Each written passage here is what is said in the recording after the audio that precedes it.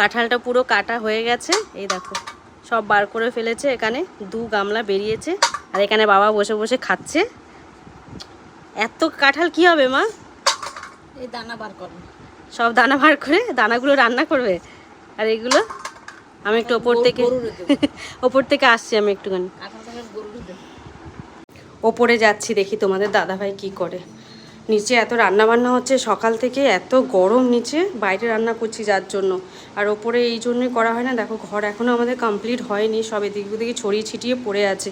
এখানে মেয়ের রিলসগুলো বানানো হয় রাত্রিবেলা ডাইনিংয়ে।